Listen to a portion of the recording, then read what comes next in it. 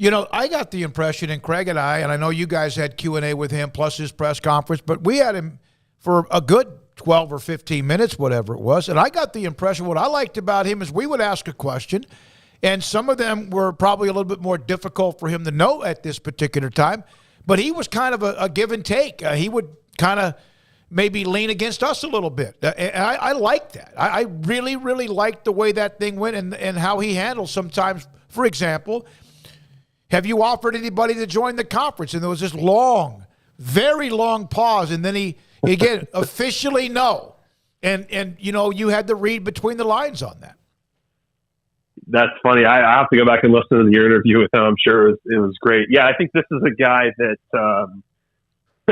he is walking into this, and he seemed pretty genuine in his answers to me. And someone who, like, I asked him, what is your relationship to college football? Because I think his background is clearly, much more in basketball over the course of his 30 plus years in pro sports.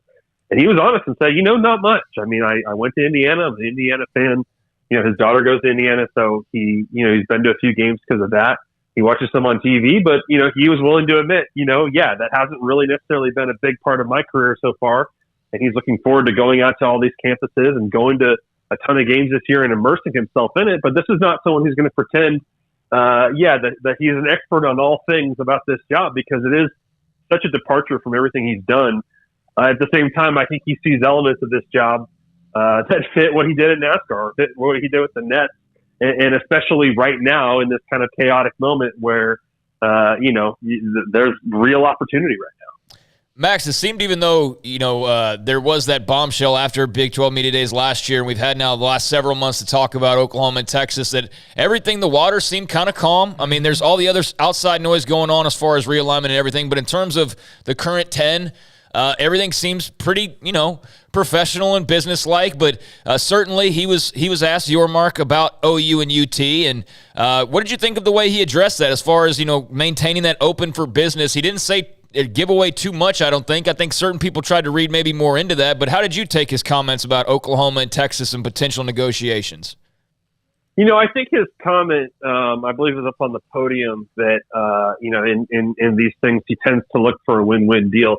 That is definitely the first time anyone's tried to put it in those terms when it comes to the Big 12 side of that conflict. You know what I mean? Really, I think it's been quite a silent standoff ever since last summer. And so, will that be will Brett Yormark have a totally different perception of that situation? I think that's possible. I'm not saying that they're going to get out in 23 or anything like that, but I think if I were an Oklahoma or Texas fan, maybe I'd be slightly more optimistic that this is a guy that, maybe for the right price, or if, let's say the Big 12 goes out and adds 4 more schools.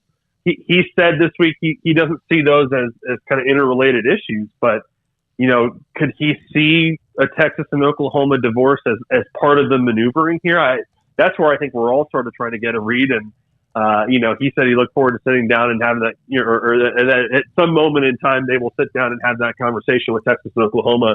It's hard to sort of prognosticate how that goes when there's no precedent on it. But, that's certainly an issue that I think will be high up on his list. And who knows, maybe he'll have a very different take on it, or maybe, he'll just go by what the presidents want to do and maybe continue for this to be a stalemate. Yeah, I was in the stands or whatever we are, where the media sits when he said win-win.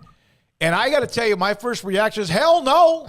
I mean, I know I know that, but, for the 8 teams that are trying to remain strong and have remained strong, and a couple of the guys that were outside with programs that are not a part of Texas and Oklahoma, they're like, there's no win-win here, but I get what he meant by that. Right. It's about, do we get what we want out of them, and do they get out when they want to get out, right? Mm-hmm. That would be the win-win. It wouldn't be, and look, I think, if we're being honest, in the realignment and all this stuff, the commissioners are not the puppeteers in all this. It's ESPN and Fox. And so is there a way in which ESPN gets involved in that situation and kind of make that right for all parties? I think that's a possibility. I don't know exactly what that looks like, but certainly, there is the new SEC TV deal coming up, and, there is the Longhorn Network issue and all those things. Is it possible that ESPN can get involved and be the third party that helps kind of make the money right for everybody. I suppose these are the kind of things that Brett Yormark may have to explore here going forward. Max, you had a piece on